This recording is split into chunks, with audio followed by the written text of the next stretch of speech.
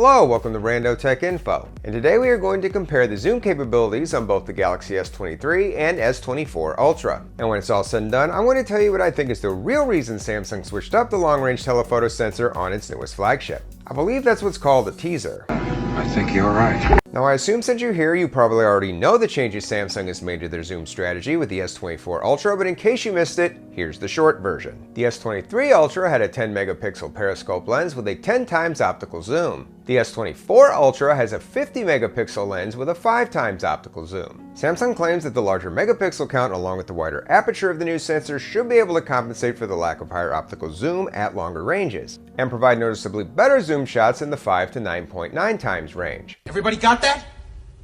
The subject of our test is going to be my Back to the Future DVD box set, because it has bright contrasty colors and text we can zoom in on. And also, Back to the Future is just cool. My calculations are correct.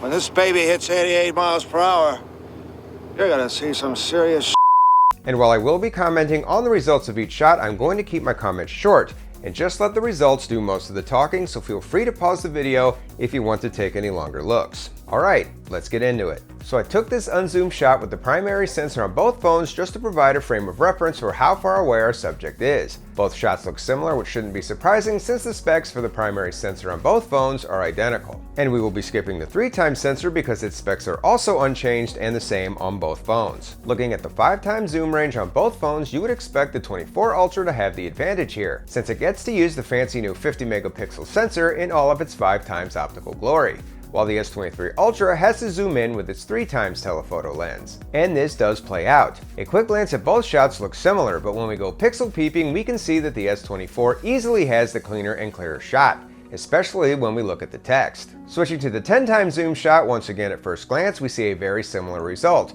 although I think the S24 Ultra does have a bit more pop. But on closer inspection, we see that the S23 Ultra has the cleaner shot. Not a lot cleaner, but noticeable. At 25 times, once again on the initial glance, both shots look similar, but zooming in once again shows a not drastic but noticeably clearer picture coming out of the S23. Moving on to the 50 times shot, things are actually very close, even when looking closer at the image. Yes, the 23 Ultra is clearer, but not by much. And finally at 100 times, once again we do have a clearer shot coming out of the S23, but also once again the difference, while noticeable, isn't particularly large. And repeating all of these shots in low light conditions yielded similar but not entirely identical results. At the 5 times range, we see a similar result out of both phones, with the S23 looking slightly more contrasty. But a closer look shows the S24 shot has significantly more detail and clarity. At 10 times, we see a noticeably brighter shot coming out of the S24 Ultra, probably due to the larger aperture of the 50 megapixel sensor. But the S23 still wins out on clarity, but also again, the results are close. At 25 times, again, the S24 shot is a little brighter, but when we pixel peep, the S24 shot also falls apart more. And at 50 times, we basically see the same result. Finally, at 100 times in low light, both shots break down so badly the results don't even really matter, which shouldn't be seen as a bad result considering I was taking these shots in almost complete darkness. So our results, while not necessarily surprising, I do think show Samsung's probably made the right move here with their zoom strategy. You definitely get better looking shots in the 5 times to 9.9 times zoom range with the new sensor on the S24. And while the S23 was better at most longer range shots, I feel like the difference there was less noticeable, especially when you're not pixel peeping, so I do think at the end of the day, this is a good trade-off. But you could still argue that this is a strange move for Samsung, since on paper, the switch to a 5 times telephoto lens could be viewed as a downgrade, especially since Samsung has justifiably been marketing themselves as the king of zoom for the past few years. So why did Samsung do it?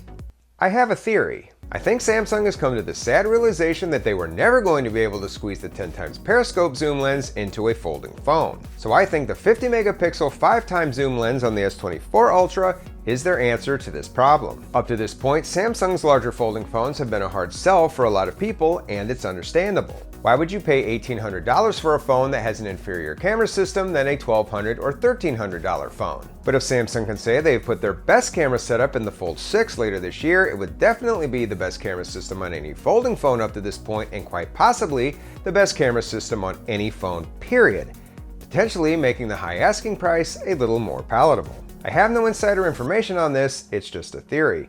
Whether or not you think I'm crazy or potentially onto something here, I would love to know your thoughts on the matter down in the comments. As always, I hope you found this video useful. Thank you for watching, and until next time, this is Rando Tech Info, signing out.